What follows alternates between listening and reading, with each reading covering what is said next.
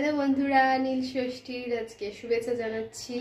সামনে পয়লা বৈশাখ, তো তার আগে আজকে এটা একটা বিশেষ ধরনের উপোস, তোমরা বুঝতেই পারছো। বাচ্চাদের মঙ্গল কামনার জন্য নীল ষষ্ঠীর পুজো রাখা হয়।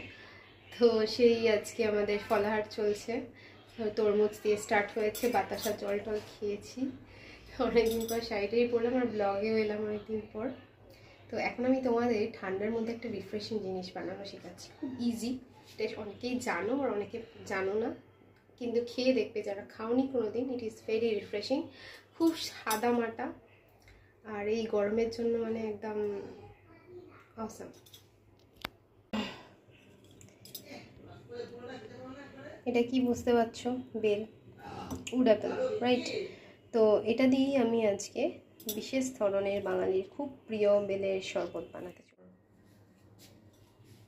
তো এটা তো সবাই জানো, গরমকালে কিন্তু এটা একটা খুব রিফ্রেশিং জিনিস। হিট স্ট্রোক থেকে বাঁচায়, শরীর ঠান্ডা করে, পেট ভালো রাখে। বেলের নানান রকম গুণ রয়েছে। আর একটা গুণ হলো, আমরা ভোলে বাবার মাথায় বেল দিই, ওনার প্রিয় জিনিস এসব।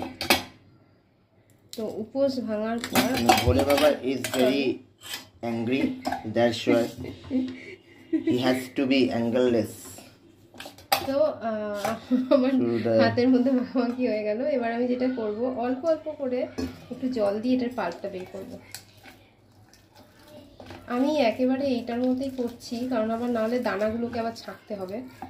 তো ওতে একটু চটকা চটকি ব্যাপার আর কি, যারা চটকা চটকি ভালো জিনিস।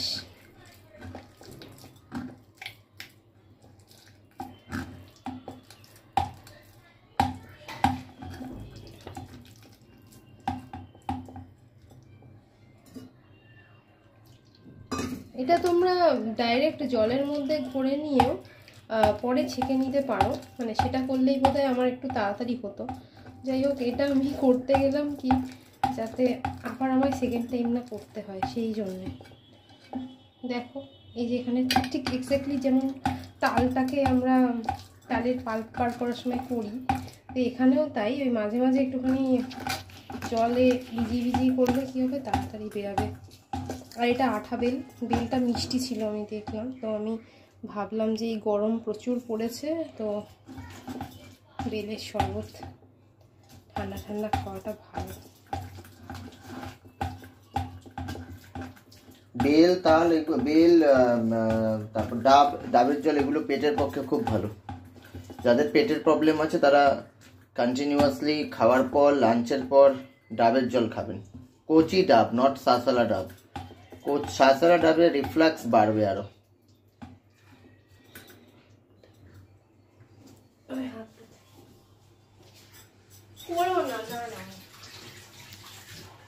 হয়ে গেছে? হয়ে গেছে তো?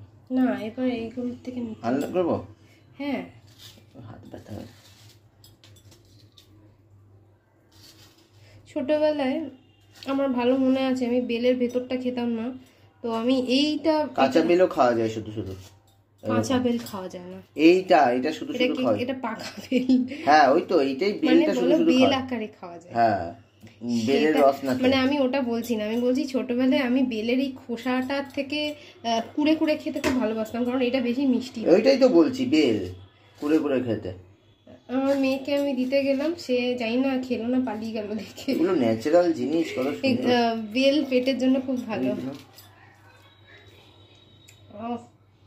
কাচিয়ে দাও, কাচিয়ে দাও। কাচিয়ে দিয়ে এটা আবার খোসা শুদ্ধ গলায় ফুটে যাবে।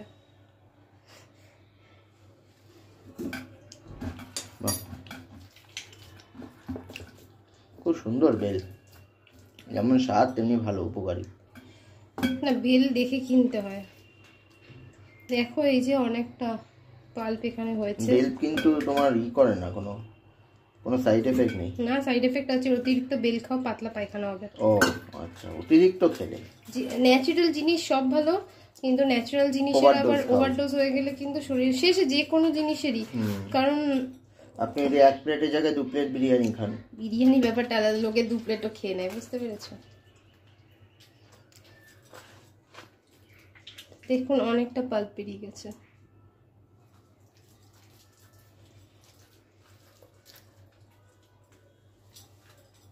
এটা আমি সাইডে করে রাখছি, পরে আর একটু লাগলে তখন আবার আমি এটাকে দিয়ে দেব। দেখলে আমি তোমাকে বলেছিলাম একটা বাক্স নিয়ে নিতে। কেন কেন কি হবে?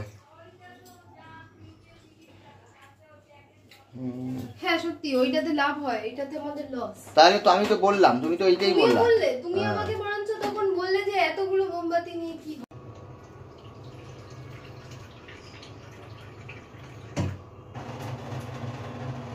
আপনারা কোয়ান্টিটি যতটা বানাতে চান ততটা করবেন, কিন্তু অতিরিক্ত পাতলা করবেন না। ব্যাস ব্যাস ব্যাস, বেশি নাড়ানোর দরকার নেই।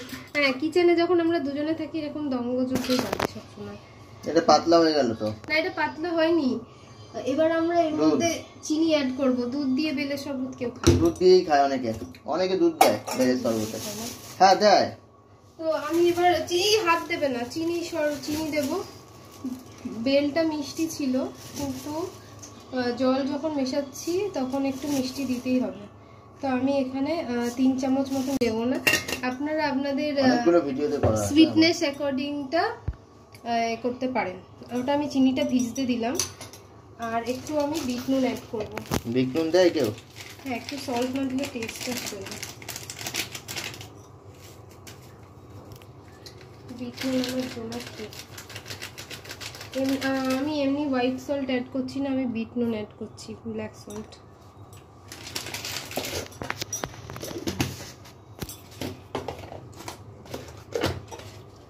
আজকে যেহেতু আমাদের উপোস, মানে বারব্রতের দিন, আমরা নর্মাল নুনটা ব্যবহার করি না। যে কোনো উপোস ভাঙার পর একটাই মজা থাকতো ছোটবেলায়, যে কতক্ষণ মার সাথে এটা ওটা খাবো। তো সেরকমই মানে পুজো করে এসে ঠিক আছে, মানে আমার সেটাই মনে হচ্ছিল যে কখন আমি খাবো। তো ফল খেতে বেশি ভালো লাগে, ওই মানে এটা ওটা লুচি টুচি এসব কিছুই ভালো লাগে না। আর তোমরা কারা কারা আজকের উপোসটা করেছো আর কি কি খেয়েছো কাইন্ডলি শেয়ার করো। তোমার একদম শেষের এতে চলে এসেছি, মানে অলমোস্ট ডান। এটা হচ্ছে সব থেকে সোজা একটা শরবত, আমার একদম হয়ে গেল। এটাকে জাস্ট আমি ফ্রিজে কিছুক্ষণ ঠান্ডা করার জন্য রাখবো। ওইদিকে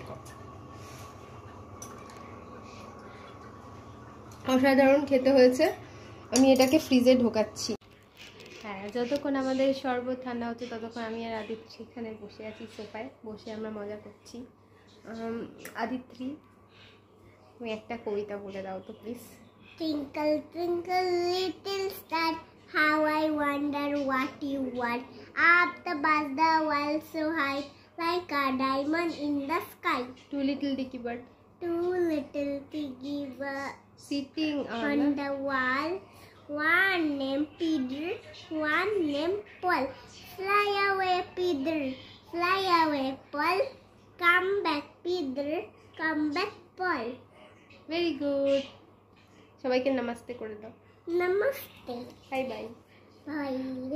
like and subscribe. Like and subscribe. তো আমাদের চ্যানেলের ভিডিওগুলো দেখতে ভুলবেন না, আর সাবস্ক্রাইব করতে ভুলবেন না। আমার নামটা মনে আছে, life with Shankar and Priyanka. Life and Aditri.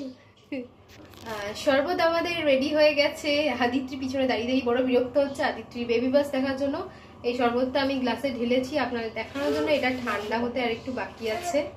তো কালারটা দেখতেই পাচ্ছ, এটা কিন্তু টেস্টিও হয়েছে খেতে। তোমরা ট্রাই করতে পারো, আমি রেসিপিটা কিন্তু ডেসক্রিপশন বক্সে লিখে দেবো। এটা শুধু একটু বেশি ঠান্ডা হতে বাকি ছিল। যাই হোক, বাই বাই। তোমরা ভালো থেকো। আগামী দিন নববর্ষের শুভেচ্ছা দিয়ে দিলাম আগে থেকেই। পরের আমরা এপিসোডটা তোমাদের সাথে নিশ্চয়ই শেয়ার করবো, যে পরে আমরা কোথায় বেড়াতে যাচ্ছি। একটা প্ল্যান আছে বেড়াতে যাওয়ার। তার আগে অবশ্যই আদিত্রির বার্থডের কিছু প্ল্যানিংস আছে।